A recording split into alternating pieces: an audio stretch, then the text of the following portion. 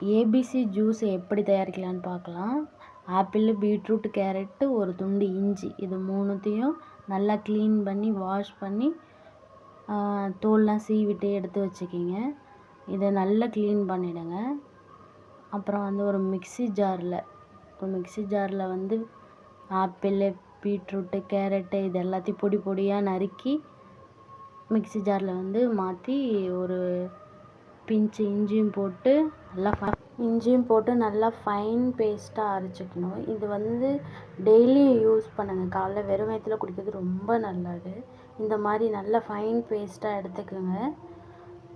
இதை வந்து ஃபில்டர் பண்ணணும். ஃபில்டர் பண்ணிவிட்டு நைட்டே நான் பாதாம் பீசன் ஊற வச்சுட்டேன். அதை 2 ஸ்பூன் ஆட் பண்ணிக்கலாம். பாதாம் பீசன் போடுறதுனால நல்ல குளிர்ச்சி, உடம்புக்கு நல்லதும் கூட. இது கூட நீங்கள் குல்கண்டும் ஆட் பண்ணிக்கலாம், நல்லாயிருக்கும்.